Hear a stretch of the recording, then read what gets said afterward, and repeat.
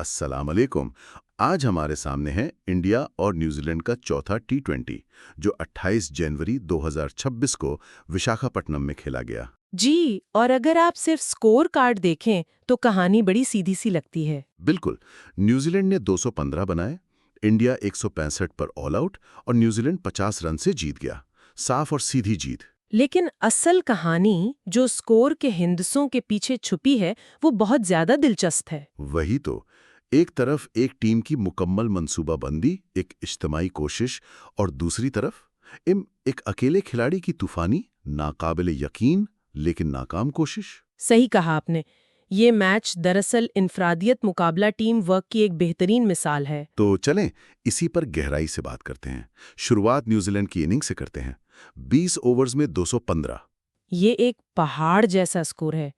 टी20 cricket में नफसियाती तौर पर 200 का हिंसा ही बहुत बड़ा होता है और 215 तो बहुत ज्यादा है। तो सवाल ये है कि ये स्कोर बना कैसे। जाहिर है टिम सैफर्ड ने 62 बनाए, डेविन कॉनवे ने 44। लेकिन ये सिर्फ आदातो शुमार हैं। असल में मैदान में क्या हो रहा था? देखें, ये सिर्फ रन्स की बुनियाद नहीं थी, ये इरादे की बुनियाद थी। पहले ओवर की पहली गेंद से ही न्यूजीलैंड के बल्लेबाजों ने ये वाजे कर दिया था कि वो दिफाई क्रिकेट खेलने नहीं आए। अच्छा। जी, यहाँ हमें न्यूजीलैंड का क्लासिक टी20 मॉडल नजर आया। मतलब उनके पास शायद दुनिया के सबसे बड़े नाम ना हो, लेकिन हर खिलाड़ी को अपना किरदार, अपना रोल बिल्कुल वाज़ेह तौर पर पता था। ये एक दिलचस्प नुक्ता है, इसको थोड़ा और वाज़ेह करें। यूं समझें कि सैफर्ड का काम था पावर प्ले में हमला करना, जो उन्होंने किया। कॉनवे का काम था एक सिरे को संभालकर स्ट्राइक को घुमाते रहना, और उनके बाद जो भी आया सबका एक ही मकसद था कि तेजी से रन्स बनाएं। बिल्कुल, हर आने वाले बल्लेबाज का मकसद था कि 15 से 20 गेंदों में 30-35 रन्स का असर पैदा करना है।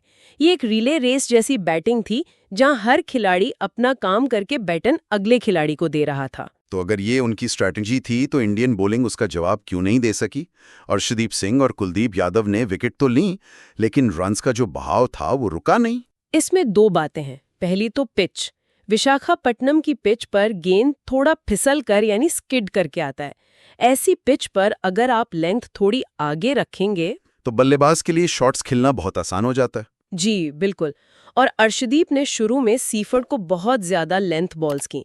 सीफर्ड फ्रंट फुट का बेहतरीन खिलाड़ी है और उसे वही मिल रहा था जिसकी उसे तलाश थी। यानी बॉलिंग वहीं की गई जहां बल्लेबाज चाहता था। सही, वहां जरूरत थी वाइड यॉर्कर्स की या फिर थोड़ी छोटी लेंथ की गेंदों की, जो बहुत देर से आजमाई गईं। और दूसरी बात कुलदीप यादव की। हाँ, वो इंडिया के सबसे खतरनाक बॉलर माने जाते हैं। जी, और न्यूजीलैंड ने उनके खिलाफ होमवर्क किया हुआ था। उन्होंने कुलदीप के खिलाफ स्वीप शॉट का बहुत अच्छा इस्तेमाल किया, जिससे फील्ड पर दबाव बढ़ा और कप्तान को फील्ड फैलाने पर मजबूर होना पड़ा। ये एक सोची समझी हिकमत अमवी थी कि इंडिया के सबसे बड़े हथियार को ही नाकारा बना दो। मतलब न्यूजीलैंड पूरी तैयारी के साथ आई थी। बिल्कुल। अच्छा, अब आते हैं इंडिया के जवाब पर। 216 का हदफ और शुरू में ही आपकी 3 विकेटें 40 रन पर गिर जाएं।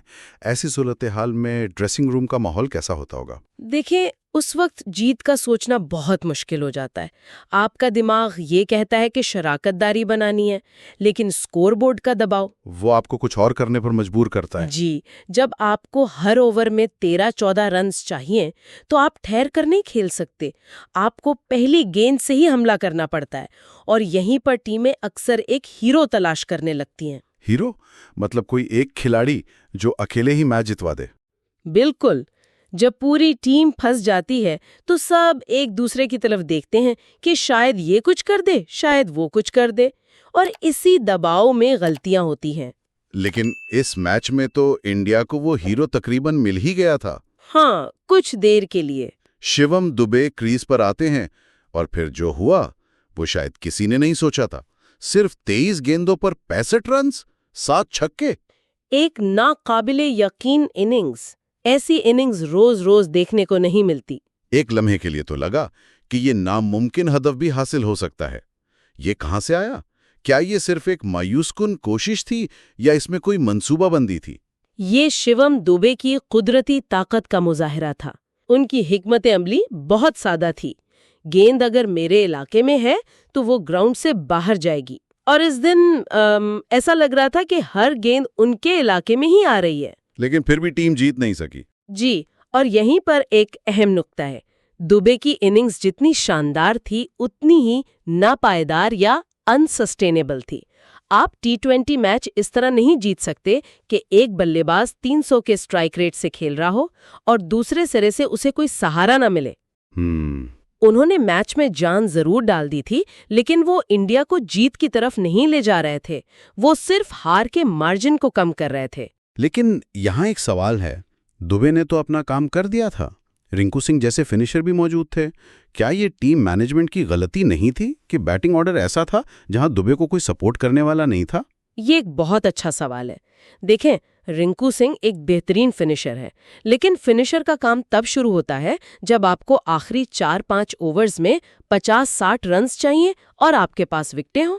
अच्छा, यहाँ रिंकू जब आए तो मतलूबा रन रेट 15 से भी ऊपर था और विकेटें गिर चुकी थीं। उन पर आते ही बड़े शॉट्स खेलने का दबाव था, जो उनका कुदरती खेल नहीं है। दुबे की इनिंग्स ने एक धोखा सा पैदा कर दिया था कि मैच में वापसी हो गई है, जबकि हकीकत में मैच हाथ से निकल चुका था। हकीकत ये थी कि इंडिया को अब भी बहुत ज्यादा रन्स चाहिए थे, जो दुबे जैसी एक और इनिंग्स के बगैर नामुमकिन था। और न्यूजीलैंड ने यहाँ बहुत अक्लमंदी दिखाई। वो कैसे? वो घबराए नहीं। उन्होंने दुबे को सिंगल देकर दूसरे बल्लेबाज को स्ट्राइक पर लाने की कोशिश की, क्योंकि वो जानते थे कि शिवम दुबे अकेले ये मैच नहीं जितवा सकते। और आखिर में हुआ भी यही। दुबे की कोशिश के बावजूद विकेटें गिरती रहीं और इंडिया 50 रन से हार गया। जी, टिम सेफर्ट को प्लेयर ऑफ द मैच दिया गया। अब कुछ लोग कहेंगे कि दुबे के 65 रन की इनिंग्स ज्यादा धमाकेदार थीं, तो अवार्ड उन्हें मिलना चाहिए था। लेकिन मेरे ख्याल में ये फैसला बिल्कुल दुरुस्त था। सेफर्ट का अवार्ड इस बात की तस्दीक है कि बुनियाद रखने वाले की अहमियत इमारत के सबसे खूबसूरत हिस्से से ज्यादा होती है। वाह, क्या बात कही है। सेफर्ट के 62 रन्स ने मैच का टोन सेट किया था। उन्होंने इंडियन बॉलिंग पर वो दबाव डाला जिससे वो आखिर तक नहीं निकल सके, जबकि दुबे की इनिंग्स अपनी तमाम तर शान और शौकत के बावजूद एक ऐसी इमारत की आखिरी मंजिल थी जिसकी बुनियादें पहले ही हिल चुकी थीं। सही। अब इस नतीजे को सीरीज के हवाले से देखते हैं। इस जीत के बाद सीरीज 2-2 से बराबर हो गई है। जी, लेकिन ये सिर्फ स्कोर बोर्ड की बराबरी नहीं है। तो फिर इस जीत ने सीरीज का जो मोमेंटम है वो वाज़ेह तौर पर न्यूजीलैंड की तरफ मुंतकिल कर दिया है, क्योंकि उन्होंने ना सिर्फ मैच जीता है बल्कि उन्होंने इंडिया को उनके अपने घर में उनकी हिकमत अमली पर शिकस्त दी है। यानी उन्होंने साबित किया है कि उनका टीम वर्क वाला मॉडल इंडिया के इनफरादी कारकर्दगी वाले मॉडल से बेहतर काम कर सकता है। बिल्कुल। अब आखिरी मैच में सारा दबाव इंडिया पर होगा। उन्हें ना सिर्फ सीरीज जीतनी है बल्कि अपने टी20 खेलने के अंदाज पर उठने वाले सवालों का जवाब भी देना है। जी, यही तो देखने वाली चीज होगी। क्या इंडिया अपने हीरो वाले तरीके पर कायम रहेगा या वो न्यूजीलैंड से सबक सीखकर एक टीम यूनिट के तौर पर खेलने की कोशिश करेगा? न्यूजीलैंड को तो अपनी हिकमत अमली बदलने की जरूरत नहीं। उन्हें कोई जरूरत नहीं, वो अपने मंसूबे पर कायम रहेंगे। असल इम्तिहान इंडिया का है। इस एक मैच ने सीरीज के फाइनल को एक सादा क्रिकेट मैच से बढ़ाकर एक स्ट्रेटेजिक शोडाउन बना दिया है। तो आज की इस गुफ्तगू का खुलासा करते हैं। हमने देखा कि न्यूजीलैंड ने एक टीम की हैसियत से खेलते हुए 215 का बड़ा स्कोर बनाया, जिसकी बुनियाद टिम सेफर्ट और डेविन कॉनवे ने रखी। जवाब में शिवम दुबे ने 23 गेंदों पर 65 रन की एक बहादुराना इनिंग्स खेली, लेकिन उनकी ये अकेली कोशिश टीम को फतह नहीं दिला सकी। और आखिर में न्यूजीलैंड ने 50 रन से फतह हासिल करके ये साबित किया कि टी20 में इज्तिमाई कोशिश अक्सर इनफरादी चमक पर भारी पड़ती है। बिल्कुल। और मैं सुनने वालों के लिए एक सोच तलब सवाल छोड़ना चाहूंगी। स्कोर कार्ड से हटकर अगर देखें तो शिवम दुबे जैसी धमाका खेज लेकिन नाकाम इनिंग्स हमें जदीद टी20 क्रिकेट के बारे में क्या सिखाती है? क्या ये इस बात की अलामत है कि क्रिकेट इनफरादी ताकत के मुजाहिरे की तरफ बढ़ रही है, या फिर ये उस पुराने सबक को मजीद पुख्ता करती है कि टीम वर्क और मुसलसल शराकतदारियां ही हमेशा फतह के लिए ज्यादा अहम रहेगी, चाहे इनफरादी कारकर्दगी कितनी ही गैर मामूली क्यों ना हो?